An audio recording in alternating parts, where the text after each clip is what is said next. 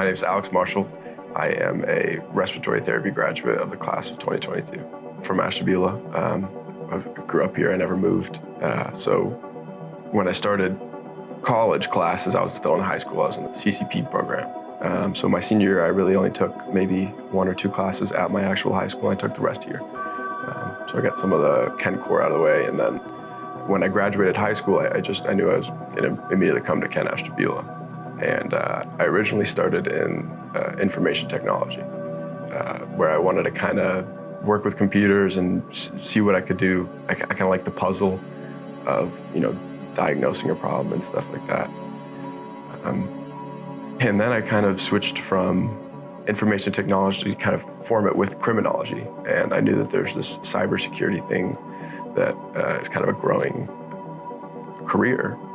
And I wanted to kind of explore that more. So I did criminology for a little bit while taking my information technology classes. Throughout the courses of that time, I had almost complete my associate's degree in information technology, and I was working on the kind of dual major of criminology. And when I was exploring different things, I just kind of knew that it wasn't my passion to work with computers.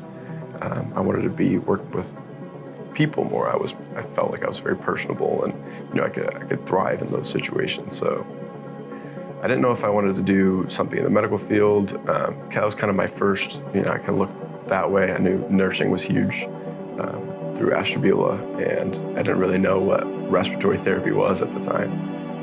After I started the first couple classes, it was, I knew I started to really feel comfortable, and I met with the teachers, and at the beginning it was just the one teacher, and then when I got to meet some of the more advanced teachers later in the program, I just knew that they cared, and I really knew that this is what I wanted to do. I wanted to work with people. And definitely there was a light bulb moment. I feel like I'm in or I'm out. Really the more invasive part of it, when you intubate a patient and they're on a breathing machine, and you have to kind of manage this machine. When you're learning about it, it seems very straightforward. And it was a very scary thought that I was going to be involved in managing someone's breathing pattern, So once that got more complex and I kind of figured out that I'm starting to really understand this, I wanted to work in the ICU and I wanted to run these ventilators. When that started clicking, I'm like, this is what I want to do. I want to work in the critical care.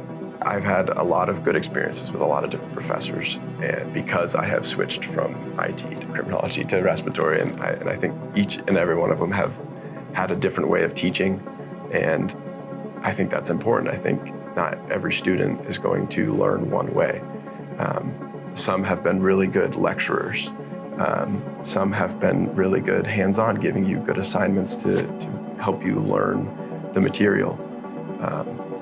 But there's always a change. There's not one way to teach here. So what excites me the most about my future in respiratory therapy is the fact that I will never stop learning.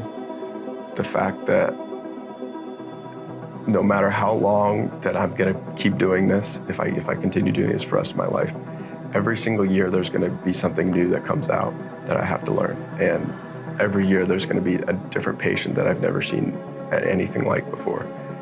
And every single day I show up, I don't know what I'm gonna walk into. And I think that challenge and that unknown is exciting to me. I think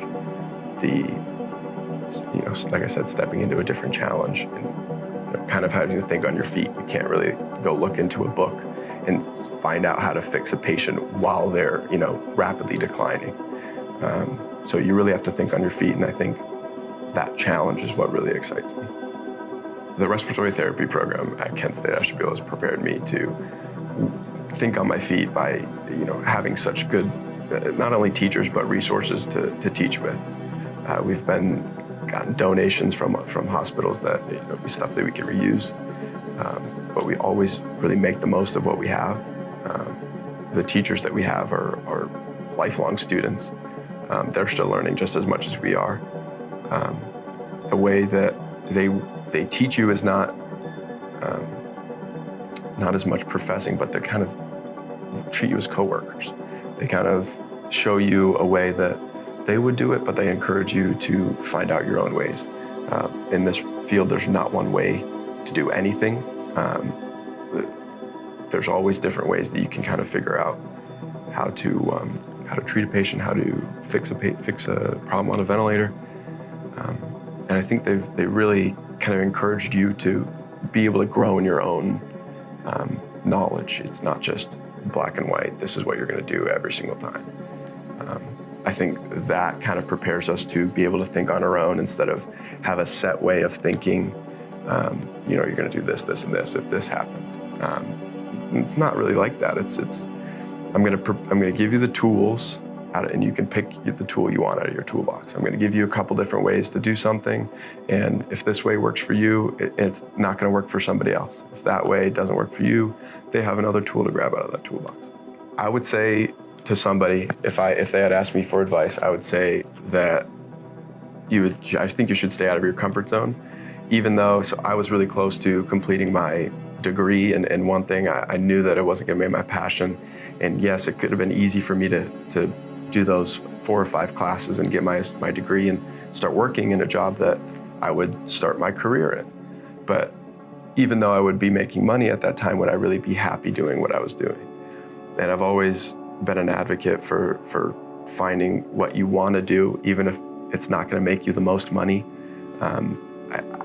I think showing up to work happy every day means a lot more than you know, making a lot of money and hating your life every day.